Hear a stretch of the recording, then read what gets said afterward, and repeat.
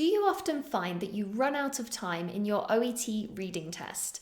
Well, don't worry, because in this video, I'm going to give you a step-by-step method that you can use to make sure you finish your OET reading test on time and score highly.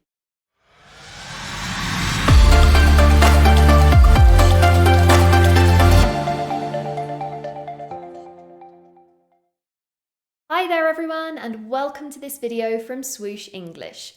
My name is Grace, I'm an expert OET teacher, and in this video I'm going to help you overcome the challenges of the OET reading test by giving you a strategy that you can use to manage your time and get the highest possible score. So let's get started. Here we go then with our strategy for OET Reading Part C, how to finish on time and score highly. Let's talk then about time management and what that means for Part C of the OET reading test. You will have to read two 750 to 800 word texts. There are 8 questions per text, so that is a total of 16 questions for this part of the reading test. And that comes down to about 1.5 to 2 minutes per question. So that gives you an idea of roughly how long you should spend on each question as you work through this section of the test. Let's look at an example question. In this example, you need to complete a sentence by choosing one of the 4 answer options. You may also have to answer a question. So there will be a mix of questions and sentence completion, all with 4 answer options. Here is a step-by-step method that you can use for reading Part C. Step 1 is to skim the text. So when you first have the text in front of you, you're going to skim. What is skimming? Well, that is quickly glancing your eyes over the text, not slowing down to understand every single word, but focusing on titles and topic sentences. The topic sentences are the first sentence in each paragraph. So as we can see in this example, we have our title and our topic sentences. We're going to quickly skim through all of these to get an idea of the content of each paragraph. Then you can number the paragraphs. The reason this is useful is because the questions often refer to a specific paragraph. So a question might say, in the second paragraph, and then have a question. So if you number the paragraphs right at the start, this will speed things up when you're looking for the section of the text which each question refers to. Step 2 is to analyse the questions and answer options. So here's our example question.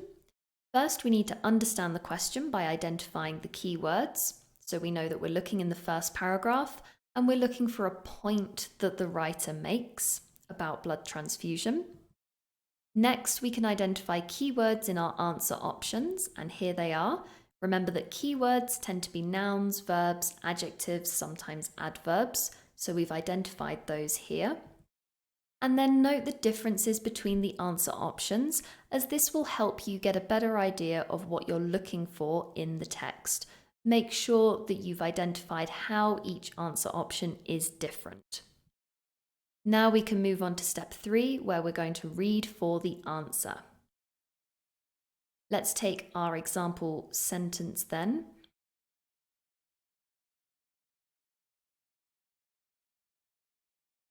Let's take our example question here. You need to read carefully and watch out for distractors. Distractors are when you see words or phrases from incorrect answer options mentioned in the text. But they are not actually correct, they are just there to distract you from the real answer. Make sure that you are aware of these and watch out. And as you go along, try to eliminate incorrect answer options, as this can help you become more sure about the correct answer. For example, let's take a look at some of these incorrect answer options and eliminate those. Option B. We can eliminate that because if we look in the text, it says the field of transfusion medicine is changing. So it actually contradicts this idea that blood transfusion is needed now more than ever before. It's actually changing, and it hints that perhaps it won't be needed as much. Option C, developed primarily for use during surgery. Note the key word there, primarily. And in the text, it says transfusions were soon seen as vital in the replenishment of blood lost through trauma, illness, or in the operating theatre. So not primarily surgery, but also through trauma or illness that caused blood loss. So there's another distractor there for you. And option D, it mentions here some members of the medical community were hesitant to use them, but it doesn't say that it wasn't regarded as a suitable treatment. So we've eliminated options B, C, and D. If we now go to option A, which is the correct answer, has an impressive range of functions, you can see that this is backed up in the text. It says they're a medical marvel, and then it lists all of the different things that blood transfusions can be used for, saying that it's an impressive range of functions. That use of medical marvel there hints at the answer. So there we have used our method to eliminate the incorrect answer options and then be sure about our correct answer. Let's have a go then at the next question. I would like you to use the strategies that we went through. Remember, step 1 is to skim the text, so that's not reading carefully, it's reading quickly, just focusing on the key information to get an idea of the content. Step 2, analyse the question, make sure you know what the question is asking you for, and also identify keywords in the answer options and think about how they are different. That's step 2. And step 3 is to read the text, remembering to watch out for distractors.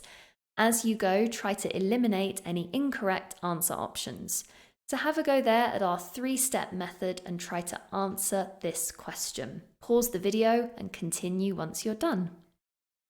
Well done everybody, how did you get on? Let me show you, the answer was B. Hopefully you identified this and you should have found the answer here in the text. So these were the sections of the text that indicated B was the correct answer. And well done everybody if you used that method and found that B was the answer. Let's recap then this method that we've talked about today. Step 1 is to skim the text. When you are skimming, you're focusing on headings and topic sentences. You should number the paragraphs to help you later. And don't try to understand every word when you're skimming. Step 2, analyse the question and answer options. Make sure you understand the question, where in the text you're looking for the answer and what the question is asking you. Identify keywords in the question and answer options, and note the differences between the answer options.